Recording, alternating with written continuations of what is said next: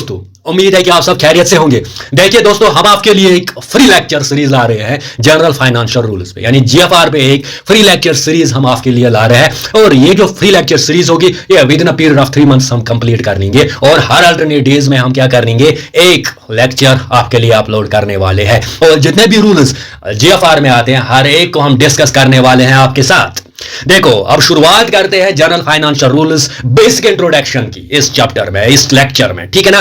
तो general financial rules 2017 की अगर हम बात करते हैं, जनरल फाइनेंशियल रूल्स सिंपली ये वो रूल्स है, या यूं कहे ये एक कंपाइलेशन है। ये कंपाइलेशन है किन की? रूल्स एंड ऑर्डर्स की। यानी रूल्स एंड ऑर्डर्स को इकट्ठा किया गया है।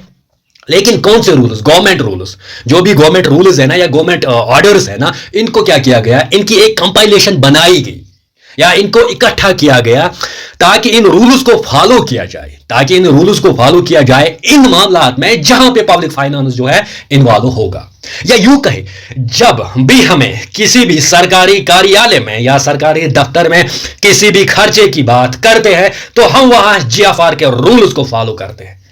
यानी जब भी, फॉर एग्जाम्पल मैं ऐसे समझाता हूं, हमें गुड्स करने हैं प्रोक्योर। क्या करने हैं? गुड्स प्रोक्योर करने हैं। आप मेरी बात अच्छे से सुनिए। गुड्स प्रोक्योर करने के लिए आपको क्या चाहिए? आपको चाहिए फाइनेंस। आपको चाहिए फाइनेंस, और वो भी कौन सा? Public finance. अगर आप गवर्नमेंट डिपार्टमेंट में एज अ गवर्नमेंट सर्वेंट हो तो अगर आपको गुड्स प्रोक्योर करने हैं तो you need finance. You need finance, जिस फाइनेंस को हम कहते हैं पब्लिक फाइनेंस, ठीक है ना। अब फाइनेंस क्या होता है? Finance simply means provision of money at that time when it is required. Simply provision होता है मनी का, और ये हम रखते हैं बिजनेस में, जब भी हमें जरूरत पड़ी तो हम यूज कर सकते हैं। वही है finance means provision of money at that time when it's required. तो जब आप एक गवर्नमेंट ऑफिस में होते हो, जब आपको फाइनेंस की, जब आपको गुड्स प्रोक्योर करने होते हैं तो गुड्स प्रोक्योर करने के लिए आपको फाइनेंस की जरूरत होती है कि नहीं होती है? होती है ना। तो एट दैट टाइम आपको क्या करना होता है? आपको पहले ऑर्डर्स फॉलो करने होते, आपको पहले रूल्स फॉलो करने होते। उन रूल्स के हिसाब से, उन ऑर्डर्स के हिसाब से आप गुड्स को प्रोक्योर कर सकते हो। You have to follow the rules, you have to follow the orders, you have to follow the instructions mentioned in GFR. GFR से बाहर आप नहीं जा सकते हो। जीएफआर में जैसे गाइडलाइंस दी गई हुई है, जीएफआर में जैसे आपको बोला है कि how you can procure the goods, ठीक है ना, आप उसी हिसाब से आपको गुड्स प्रोक्योर करने हैं। वही तो मैं कह रहा हूं कि जीएफआर है क्या? जीएफआर है एक कंपाइलेशन किनकी? ऑर्डर्स की, रूल्स की, जो किन रूल्स की? गवर्नमेंट रूल्स की, जो हमें फॉलो करने होते हैं जब भी हम डील करते हैं उन मामलात से जिन मामलात में इन्वॉल्व हो public finance. Got it? Got it? ठीक है। अब जीएफआर कब से स्टार्ट हुआ? जीएफआर अगर हम देखेंगे, जीएफआर की अगर हम बात करेंगे, जनरल फाइनेंशियल रूल्स 2017 की, general financial rules 2017 came into force या came into effect with effect from 1 अप्रैल 2017। अब ये जो रूल्स है ये लागू हो रहे हैं कब से? 1 अप्रैल 2017 से। Got it? आगे हम जाएंगे, आगे देखेंगे। देखो, ये जो रूल्स है, इन रूल्स को हम अच्छे से बेसिक इंट्रोडक्शन अभी हम दे रहे हैं कि रूल्स बेसिकली है क्या। ये जो रूल्स है या ये जो ऑर्डर्स है इनको हम एग्जीक्यूटिव इंस्ट्रक्शंस कहते हैं। अब एग्जीक्यूटिव इंस्ट्रक्शंस क्या होता है समझाता हूं। मैं क्या कह रहा हूं कि जीएफआर में जो रूल्स और ऑर्डर्स दिए गए हैं ना, इनको हम एग्जीक्यूटिव इंस्ट्रक्शंस कहते हैं। अब एग्जीक्यूटिव इंस्ट्रक्शंस क्या होते हैं मैं समझाता हूं। एग्जीक्यूटिव इंस्ट्रक्शंस मींस हम इन ऑर्डर को ओवररूल नहीं कर सकते।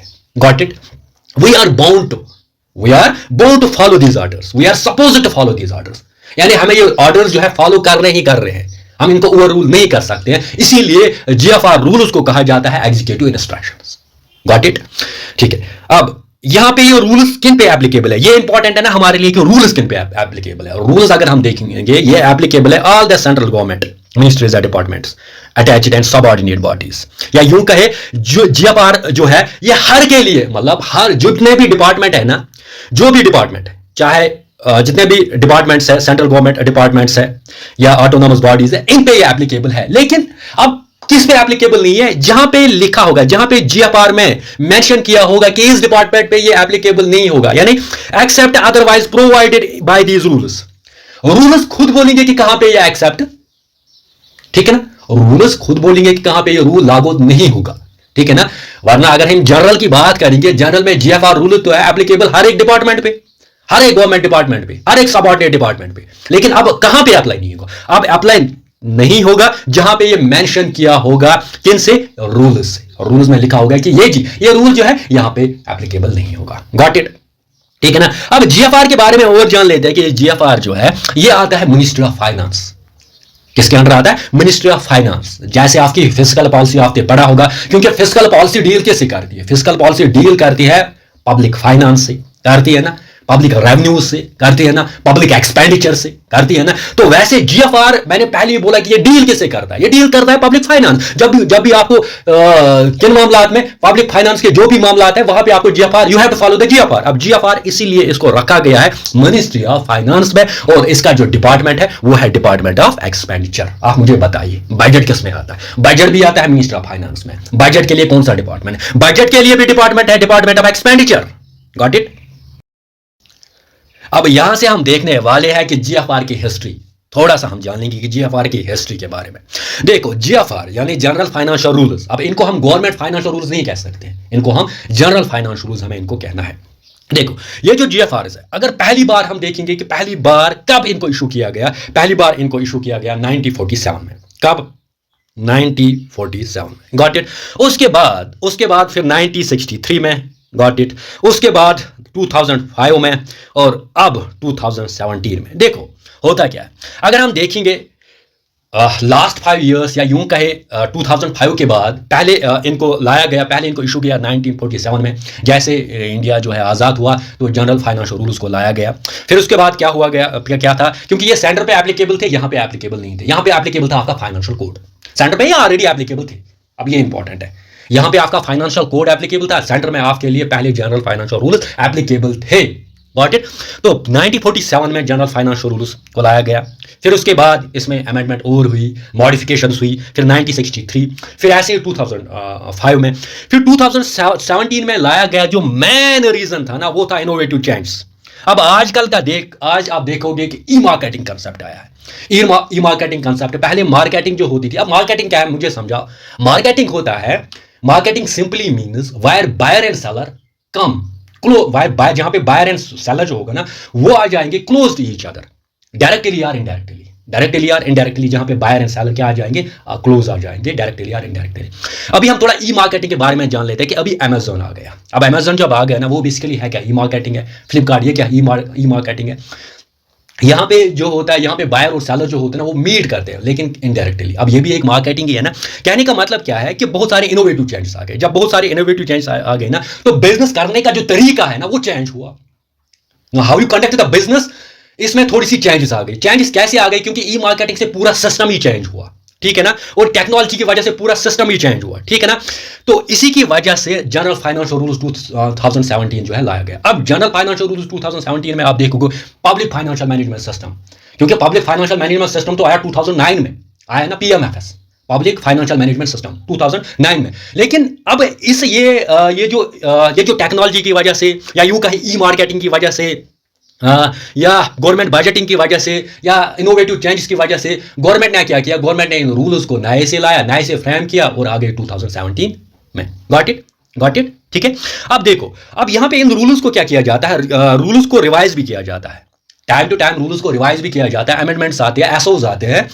जब भी बिजनेस को लगे, जब भी गवर्नमेंट को लगे कि रूल्स को चेंज करना, जब भी गवर्नमेंट को लगे तो गवर्नमेंट जो है वो क्या करती है? रूल्स को चेंज करती है। Got it? अब आगे जाएंगे, आगे और अच्छे से चीजों को समझेंगे। जनरल फाइनेंशियल रूल्स की अगर हम बात करेंगे, यहाँ पे आप टोटल 12 चैप्टर्स यानी आपको 12 चैप्टर मिलेंगे जनरल फाइनेंशियल रूल्स में। पहला चैप्टर जो है वो डील करता है introduction, basic introduction of GFR, ठीक है ना, और वहां पे आपको डेफिनेशंस बाकी चीज दी हुई है। अब दूसरा जो चैप्टर है वो है general financial management system. Financial management system means simply how we can utilize the finance in a better and effective way. यानी जनरल फाइनेंशियल मैनेजमेंट सिस्टम में आपको सिंपली बताया जाएगा कि आप फंड्स को कैसे प्रॉपर्ली यूटिलाइज कर सकते हो, ठीक है। अब यह है chapter number 2 general financial management system. Chapter 3 है आपका बजटिंग। वहां से आपको बजटिंग फॉर्मुलेशन एंड इंप्लीमेंटेशन, कैसे बजट को हम फॉर्मुलेट कर सकते हैं और इंप्लीमेंट कर सकते हैं। साथ ही साथ चैप्टर 4 है आपका गवर्नमेंट अकाउंट्स। चैप्टर 4 है आपका गवर्नमेंट अकाउंट्स। वहां पे आप पाओगे मेजर हेड्स जिनके जरिए हम क्या करते हैं, जिनके जरिए हम एक्सपेंड करते हैं। चैप्टर 5 में आप वर्क्स पाओगे। चैप्टर 6 ये इंपॉर्टेंट है, procurement of goods and services, कैसे हम गुड्स को प्रोक्योर करें, कैसे हम इसके लिए कौन से इंस्ट्रक्शंस, कौन से ऑर्डर्स, कौन से रूल्स हम अप्लाई कर सकते हैं, वो आप देखोगे procurement of goods and services में। और साथ ही साथ आपको चैप्टर 7 में इन्वेंटरी मैनेजमेंट मींस स्टॉक की मैनेजमेंट हम कैसे कर सकते हैं। कंट्रैक्ट मैनेजमेंट के लिए एक अलग सा चैप्टर है, ग्रांट इन एड्स के लिए एक अलग सा चैप्टर है, आपका बजटिंग के लिए एक अलग सा चैप्टर। बजट होता क्या है? Budget simply means the plan which we express in numerical terms. अब कोई प्लान होता है जो हम एक्सप्रेस करते हैं ना न्यूमेरिकल टर्म्स में, उसको बजट कहा जाता है। फॉर एग्जांपल बजट में हम देखते हैं कि हमें इतना जी लगेगा, हमें इतना जी लगेगा, हमें इस पे इतना एक्सपेंडिचर लगेगा, ठीक है ना, हमें इतना बारो करना है, ठीक है ना। अब है क्या ये? बेसिकली ये प्लान ही है ना। इस प्लान को आप एक्सप्रेस कर रहे हो इन क्वांटिटेटिव टर्म्स में, इन न्यूमेरिकल टर्म्स में कि इतना अमाउंट लगेगा, इतना अमाउंट लगेगा। है क्या बजट? बजट तो है ही एक प्लान, ठीक है ना। अब आगे जाएंगे, गवर्नमेंट गारंटीज और मिसलेनियस सब्जेक्ट्स में आपको वो सारे सब्जेक्ट्स मिलेंगे जो इन 11 चैप्टर्स में नहीं होंगे। यानी कुल मिला के टोटल हमें 12 चैप्टर्स को अच्छे से पढ़ना होगा। अब हम यहां पे बात करेंगे साइलेंट फीचर्स ऑफ जीएफआर 2017। देखो, जब हम बात करते हैं साइलेंट फीचर्स ऑफ जीएफआर 2017 तो उसमें सबसे पहले हम पाते हैं ये कि जब जनरल फाइनेंशियल रूल्स लाए गए तो इससे क्या हो, इससे एक improved efficient effective framework of fiscal management जो हमें देखने को मिली। फिस्कल मैनेजमेंट होता है सिंपली जब भी जो भी पब्लिक फाइनेंस हो वो कैसे हम रिसीव करें और पब्लिक फाइनेंस जो है उसको हम कैसे एक्सपेंड करें, ठीक है ना, वो आता है फिस्कल मैनेजमेंट में। फिस्कल मैनेजमेंट में आता है आपका public revenue, public debt, public expenditure. यानी जो भी बजटिंग होती है ना, बजटिंग आती है खुद किस में? फिस्कल मैनेजमेंट में। देखो, अब फिस्कल मैनेजमेंट को या यूं कहे प्रॉपर यूटिलाइजेशन ऑफ फंड्स को कैसे हम प्रॉपरली यूटिलाइज करें, उसके लिए हमारी फिस्कल मैनेजमेंट। अब फिस्कल मैनेजमेंट को एक एफिशिएंट इफेक्टिव वे में हमारे लिए ला रहा है कौन? जीएफआर। यानी जीएफआर से हम फिस्कल मैनेजमेंट जो होगी ना हमारी, वो हम एक बेहतरीन अंदाज में कर सकते हैं, ठीक है ना। ये है पहला फीचर इसका। अब दूसरा फीचर क्या है? दूसरा फीचर ये है कि टाइमली डिलीवरी ऑफ सर्विसेज। जो भी सर्विस हम प्रोवाइड करेंगे ना वो हम टाइमली करेंगे, नहीं ना प्री डिटरमाइंड टाइम, क्योंकि हमें रूल्स का पता है, हमें गाइडलाइंस दिए गए हैं, हमें इंस्ट्रक्शंस दिए गए हैं जीएफआर में। जब हम ये जीएफआर पढ़ेंगे, उसमें रूल्स पढ़ेंगे, उसमें हम ऑर्डर्स देखेंगे, तो वो जब हम इंप्लीमेंट करेंगे तो जो सर्विस होगी वो सर्विस भी हम डिलीवर करेंगे इन अ प्री डिटरमाइंड टाइम, ठीक है ना। और साथ ही साथ इसका इंपॉर्टेंट फीचर ये है कि ट्रांसपेरेंसी हमें देखने को मिली कहां पे? गवर्नमेंट परचेज में। देखो, पहले क्या होता था, पहले ऐसे होता था कि गवर्नमेंट जो था वो परचेज करता था, गवर्नमेंट के मतलब जो ऑफिस होते ना वहां पे परचेज किया जाता था। एक ट्रांसपेरेंसी सिस्टम नहीं था क्योंकि वहां पे आपका कोई ई मार्केटिंग कंसेप्ट या कोई ई पोर्टल नहीं था। अब आ गया आपका gym, government e marketing. Government e marketing से आप क्या करते हो? गवर्नमेंट ई मार्केटिंग से आप परचेज कर सकते हो। जो भी गुड्स आपको परचेज करने होते हैं ना वो आप एक पोर्टल के थ्रू करते हो जिसका नाम है जिम, गवर्नमेंट ई मार्केटिंग। अब इस ई मार्केटिंग से क्या हुआ? इस ई मार्केटिंग से ट्रांसपेरेंसी कायम हुई, क्योंकि आपको पता है कि मार्केट में आपको कितने रेट पे मिलेगा, ठीक है ना। आप यहां पे सब कुछ ऑनलाइन रहता है, ठीक है ना। यहां पे जो है ट्रांसपेरेंसी जो है वो मेंटेन कर सकते हैं। अब ये ट्रांसपेरेंसी किससे हम मेंटेन कर रहे हैं? ये ट्रांसपेरेंसी किस में? परचेज में हम मेंटेन कर रहे हैं किससे? जनरल फाइनेंशियल रूल से। Got it. और साथ ही साथ अगर हम देखेंगे जीएफआर में ये कैटेगरिकली लिखा है, जो भी पाएगा कन्वेक्टेड इन एंटी करप्शन लॉज उसके खिलाफ कड़ी सी कड़ी सजा जो है वो दी जा सकती है, ठीक है ना। और साथ ही साथ यहां पे आपको देखने को मिलेगा कि गवर्नमेंट ई मार्केटिंग यानी जिम, अभी मैं बात कर रहा था कि जनरल फाइनेंशियल रूल से क्या है आपको कि इससे गवर्नमेंट ई मार्केटिंग यानी ई मार्केटिंग जो है वो गवर्नमेंट ऑफिस में देखने को मिली किससे? इसी जनरल फाइनेंशियल रूल से। साथ ही साथ गवर्नमेंट ई मार्केटिंग से क्या होता है? गवर्नमेंट ई मार्केटिंग से क्या होता है? एक तो आपकी ट्रांसपेरेंसी तो कायम रहती है और साथ ही साथ गवर्नमेंट ई मार्केटिंग से आप क्या कर सकते हो? आप रिकॉर्ड जो होगा आपका वो आपका एफिशिएंट एंड इफेक्टिव मैनर में होगा, ठीक है। अब आगे जाएंगे, आगे हम जनरल फाइनेंशियल रूल्स के बारे में और पढ़ेंगे। वो ये है कि इससे क्या होता है, जो भी फाइनेंशियल जो भी यहाँ पे जो भी बिजनेस आप कर रहे हो ना वो आप अच्छे से कर सकते हो इन अ फाइनेंशियली प्रूडेंट मैनर में। जनरल फाइनेंशियल रूल जब लाए गए ना तो ये एक फ्रेमवर्क रखा गया, ये आपको एक फ्रेमवर्क प्रोवाइड करेगा जिससे ऑर्गेनाइजेशन के अपनी बिजनेस को इजीली कंडक्ट कर सकती है और साथ ही साथ इन अ फाइनेंशियल प्रूडेंट मैनर में, ठीक है ना।